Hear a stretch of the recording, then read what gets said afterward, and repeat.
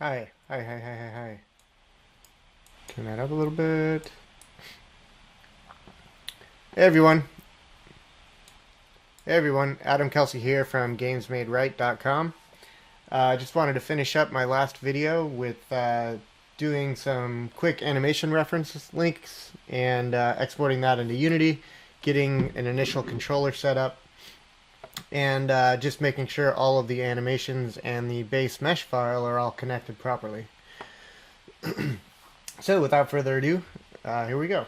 So I took some time and made a couple of animation files that are just single pose files.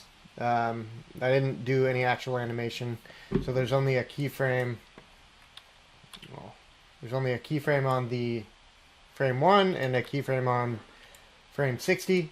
That's basically the loop that I would create if I were to make a little idle cycle.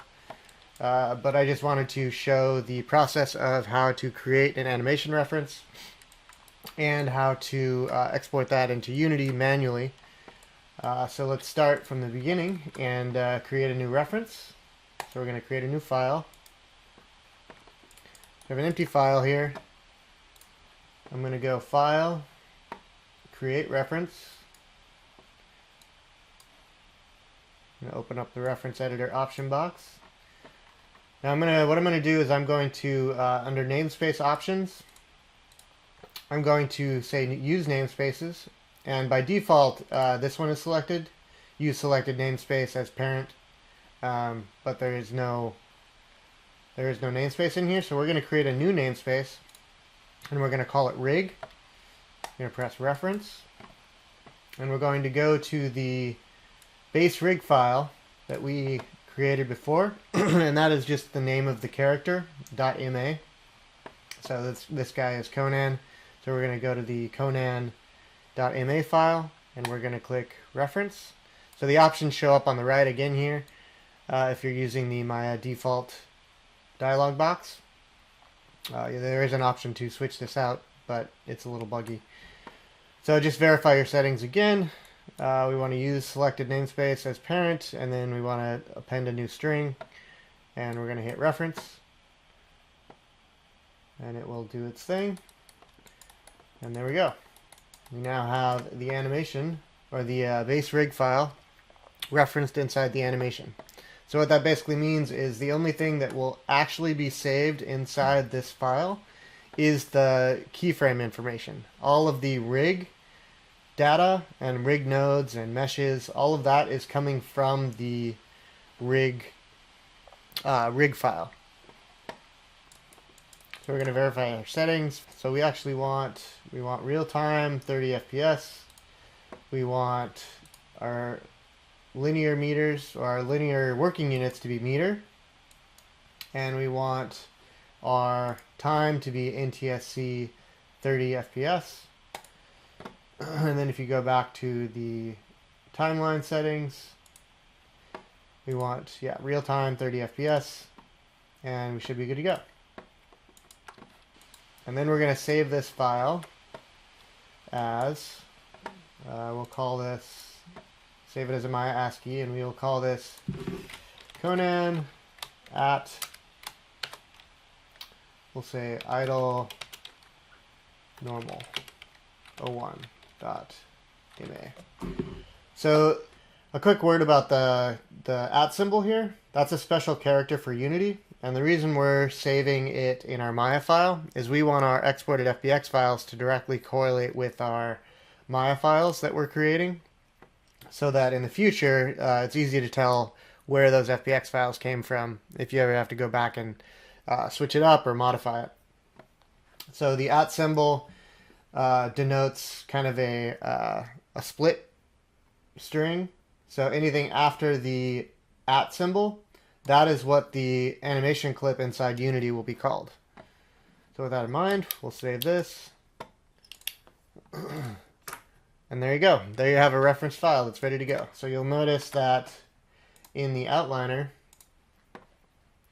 what it did was it appended a namespace for every node from that rig with the rig namespace, which is great. Exactly what we wanted.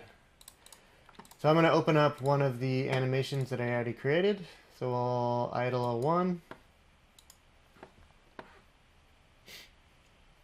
Like I said, this is just a single pose animation that is just for showing how to get an animation across. I didn't want to spend a whole lot of time setting up an animation. Okay, so now we're going to run through how to export this guy in a manual process. So like before, like the base mesh, this is a destructive process. So I'm going to want to actually save this file out into an export file. So I'm going to do File, Save As, and we're going to call it in my ASCII. So we're going to call it attack01 underscore export. And this is just to keep it so that you can actually go back and edit your animation file if you happen to accidentally hit save. If you're like me, you've kind of subconsciously hit save every once in a while, and oftentimes that could mess you up if you're in the process of breaking your animation file to export. So the difference between the animation file and the base mesh file as far as exporting goes is we're going to remove all of the meshes and all of the controls out of the animation file so that the only thing that exists in the FBX is the skeleton itself and the animation or the keyframes associated with that skeleton. So the process for removing the namespaces is the same as doing the model.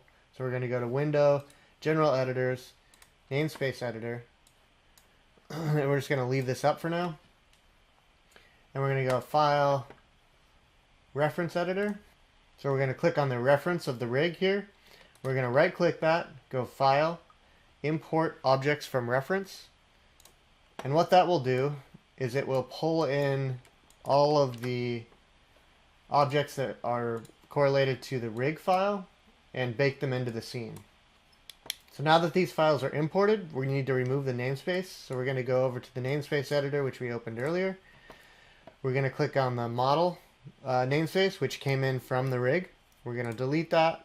We're going to merge it with the root, and then we're going to do the same thing for the rig file. So delete, merge with root. So now all the nodes in here should no longer have a namespace. They should just be the name of the object itself. And we're ready to go to the next step.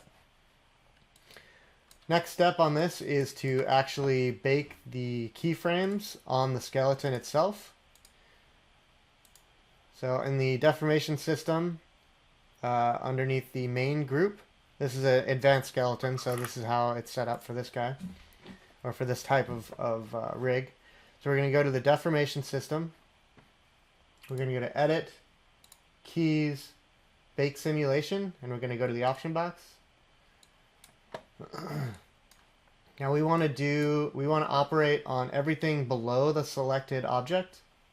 So that basically means that any child of this object is going to have a baked keyframe on it. We're going to do all keyable. We don't really need the shapes, but we're going to leave that selected. And then we're going to have the time slider dictate the range of our bake. So if you just make sure that your time slider is set from the start and end keyframe of your loop. We're going to bake that down to the base animation layer. We're not going to do smart bake because we only have a couple of keys and they don't actually move, so that will basically just remove all of our keyframes. And the other ones are fine with the default options. So we're going to hit bake. It will scrub through your timeline, and now you should have a keyframe on every one of your skeletal objects. Now there's some things you can do to reduce the amount of keyframes in your animation in your bake, which you can do the smart bake and kind of tweak some of those settings. I'm not going to go over that right now. Maybe I'll do it later. But that reducing the keyframes will reduce the size of your animation in the long run. So it's a good thing to do if you do have super complex animations. You don't want to export a keyframe for every joint and every potential attribute, because that can bloat your animations. But for this case, we're going to leave this as is. So now that we have this baked, we can safely delete our geometry and we can also unparent our deformation system and delete all of the control rigs. So the way I had this set up on the base mesh is I actually took the root im and I made that a child of just the world. So there is no transform under there. You want to make sure that your joint or your root joint matches your base skeleton. Otherwise, it won't. Your Unity animation won't actually work. And that's also why we took the namespaces out. Is because Unity uses string comparers to find the animated nodes in each animation. So if your names of your skeleton in your animation and your base skeleton don't match, then it will basically not work. We only have our skeleton inside this scene. So we're going to save this because now it's essentially a raw FBX file, but it just hasn't been exported. So now we're going to select the root object. We're going to do File, Send to Unity, Selection. And I've already selected my project in Maya, but it might pop up and ask you where your Unity project is. In which case you would just point it at the Unity project folder, and then it would auto detect like where the assets are. So I already have that set up, and it's already going inside Assets, Characters, Conan. And I like to put all of my animations inside an animation folder, or to make it more clear where the working files are, because animations are typically not tweaked manually inside Unity. They're just kind of set up there and then mostly handled through the controller. The next step is I'm just going to validate my unit settings. So unit, as I discussed before, is the Maya scene is set to meters, and we're going to actually export in centimeters. So that's under advanced options, units. Just make sure that that's set to centimeters, and that's just to add. That's just to make everything at a scale of 1 when it goes inside Unity. I'm going to verify my animation changes. So we don't actually need deformed models. So we're just going to export the animation. Curve filters, we're going to leave that as is. We don't need any constraints. Geometry, we can leave that since we don't actually have any geometry in the scene. Axis conversion is Y, so we should be good to go. Now that we're in this scene, we're going to name it the exact same as our Maya file. So it's Conan at idle attack 01. And we're going to hit export. And it will give you a message down at the bottom saying the result and the path of the exported FBX file. We should be good to go. So now we're going to load up Unity. And it pops up inside of our Conan animation folder, and it's right here. So from last time, I went through and set up a bunch of textures and materials and lighting for this guy, so he looks basically cooler. So he looks pretty rad now. And we're just going to go and set up the animation real quick so that it works properly. The first thing we need to do is check the model scale. So we're going to go to the base rig that we exported earlier, check the scale factor. It's a scale factor of 1. It's using the file scale, and the file scale is 0.01, which basically means that the file scale is in centimeters. But if we check the hierarchy, everything actually has a scale of 1, which is exactly what we want. So we want to make sure that the animation matches that. So the scale factor is 1. It's using file scale, and the file scale is 0.01. And just to make sure everything is set at a 1, we're going to pull that in and just click on the root object and validate that it is a 1. And in fact it is a 1, so that's good. It means we're doing things right. So that pretty much does it for these. We can turn off read write for this guy, turn off optimize mesh because we don't have meshes, and we can turn off import blend shape. I can actually turn off all of these options. We can also turn off the normals and import materials. Okay, Good to go. So it didn't actually, usually if you export a FBX with the material in it, it will create another folder with any material that's assigned to a mesh, which is really annoying and does nothing but clutter your scene. I typically have a post process that I set up that prevents that from happening, but this is just a raw vanilla Unity where everything has its default settings. So now that we've validated the model panel, we want to validate the rig. So we can go down to our base rig and check what our rig is set at, and we're using a humanoid rig. We're creating it from this model, and it's already been configured. So we want to make sure that this guy is set up the same way. So we're going to set it to humanoid. And instead of create from this model, we're actually going to copy from another avatar. And we're going to open up the base rig and grab the avatar directly from it and hit apply. And there'll be an error here saying that it's in a different bind pose, basically. I can open this up. So yeah, there's basically a different rotation of the hip bone, which is fine. It's not a big deal for now. So that will hook up the rig properly. And then we go to animations.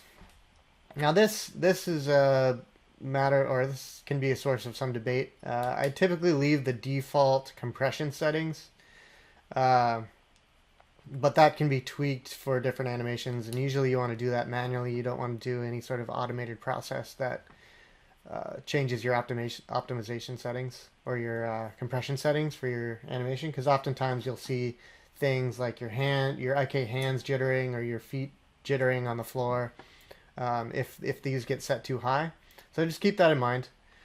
But all we're going to really focus on right now is setting this up so that it looks proper in the preview window here.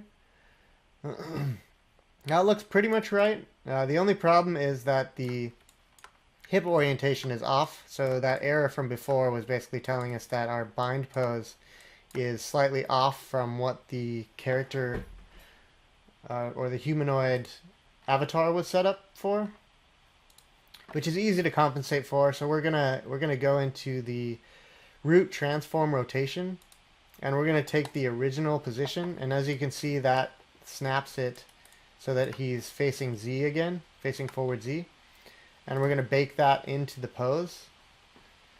And then we're going to do the same thing for our transform position.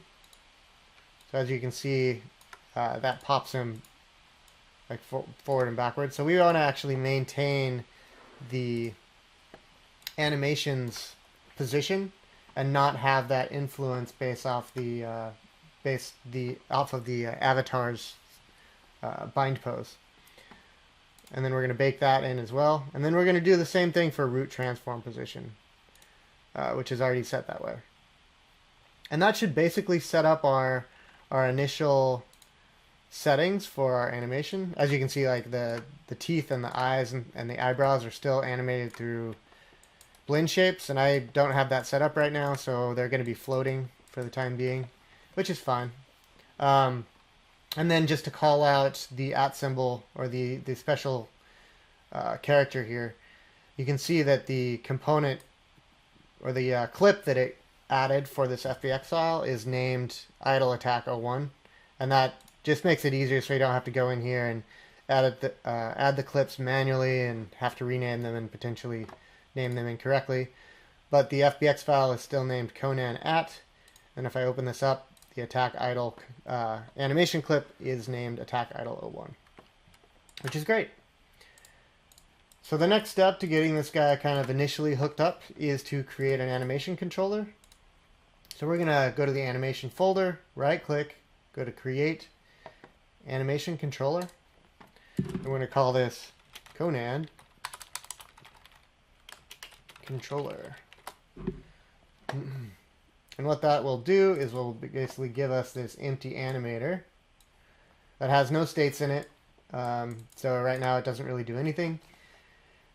And then we're just going to set that up to grab that first idle.